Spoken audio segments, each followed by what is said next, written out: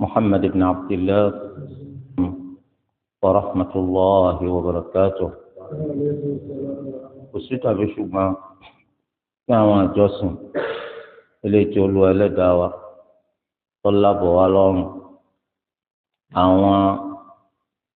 ìṣòro àti wàhálà wà ń bẹ ṣùgbọ́n ìṣòro àti wàhálà yìí a lè fara dà ló fà tó fi jẹ́ pé ènìyàn gbọ́dọ̀ ṣe nítorí gbogbo ní téèyàn bá fẹ́ ṣe nínú ilé ayé yìí kò sí èyí tí ò ní ṣòro kò sí èyí tí ò ní wàhálà tó fi dórí ọ̀rọ̀ sísọ oúnjẹ jíjẹ omi mímu oorun sísùn gbogbo nǹkan yìí náà ló ní wàhálà ìmọ̀gbà tó ti jẹ́ pé àwọn nǹkan kò ṣeé má ṣe ni torí kọ́mi èèyàn lè bá wà lálàáfíà wọn kì í ti torí wàhálà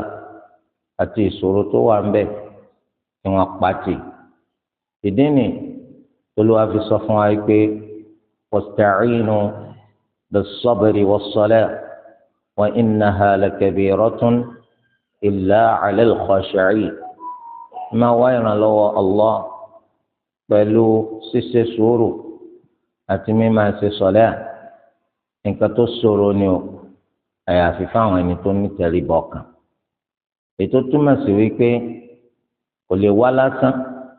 ìdààmú wà ń bẹ ìṣòro wà ń bẹ fífaradà mímójútó òun náà ni ó jẹ́ kí ẹ̀san rẹ̀ ó rú gọ́gọ́ lọ́jọ́ gbẹ̀ndàl qiyam a rí i pé àsìkò tí a ti jí kó tó di pa wá mọ́ṣáláṣí ó tún pẹ́ díẹ̀ sígbà tá a tó wá mọ́ṣáláṣí ní ìpalẹ̀mọ́ yìí pé a fẹ́ lọ ṣe ọ̀kan nínú nǹkan tó lu wá ti torí rẹ̀ ṣẹ̀dá wa ká tó dìde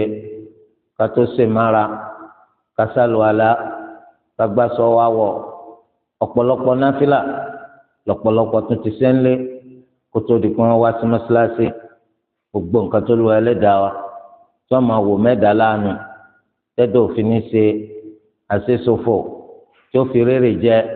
lẹ́yìn ìgbà tó bá kú láyé ń bì wàhálà wà ń bẹ wàhálà tún wà ń bẹ ó dájú pé wàhálà eléyìí tó wà nínú kásẹ̀sì ọ̀sẹ̀ pẹ́rẹ́ lẹ́gbẹ̀ẹ́ wàhálà tọmọ ènìyàn ń ṣe lórí pé ń wálé ayé ẹlòmíì láti aago 7:00 iná ti wọ bọ́ọ̀sì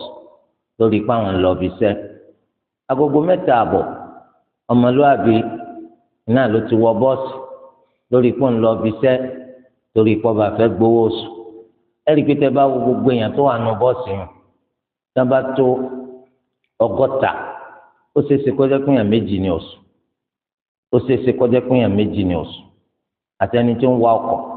àti kọ̀ǹdọ́kítọ̀ tí ó gbowó àwọn 2 nìkan ni ò ní sùn gbogbo èèyàn yòókù tó wà nù bọ́ọ̀sì yẹn oorun ni wọ́n máa sùn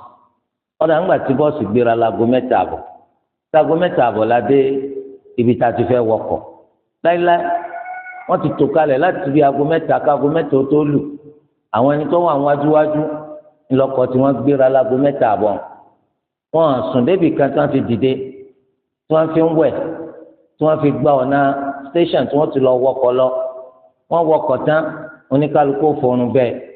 nígbà tí wọ́n bá débi tí wọ́n ti sọ̀kalẹ̀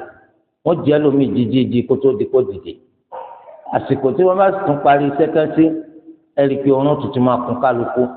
torí pásìkò tá à ń ṣe sọ̀látul ìṣá ọ̀yá púpọ̀ lẹ́gbẹ̀ẹ́ àkókò tẹ́lómi ó tó kúrò níbi iṣẹ́ oorun náà ni ó tún sún nù bọ́ọ̀sì tó fi jẹ́ pé tí ó bá ṣọ́ra wọ́n gbé kọjá ibi tó ti fẹ́ sọ̀kalẹ̀ subhanallah wàhálà yìí lórí kí n lá jẹ kí n lá mú ẹ wá wò sí wàhálà sẹpẹrẹ eléyìí tí ń bẹ́ẹ̀ ń di kó sẹ́sì eléyìí tó lu ẹlẹ́dàá wa tó lábọ̀ ọlọ́run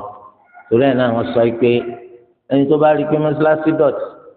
tó kùnà láti mú gbálẹ̀ kọ́ gbà yọ gbalẹ̀ ọjà ẹ jẹ́ ká mójútó ẹ̀sìn wa ẹ má jẹ́ àfi ẹ̀sìn wa ẹ má jẹ́ àfi ráre kára ti pé ńjọ́ tá a bá lọ gbogbo nǹkan tá a la kójọ àwọn ò ní bá wa débi kan ẹ̀sìn tá a kà kún yìí òun náà ló kù tí ó ṣẹ́kù Olúwa kó ṣe wá lọ́kàn ní ẹni tó kẹ́sìn rẹ̀ kún ó sì ṣe àwọn ìtàn máa ń ṣe náà látẹ̀wọ́gbà kọ́ má dàlú wa láyà. سبحانك اللهم وبحمدك أشهد أن لا إله إلا أنت أستغفرك وأتوب إليك.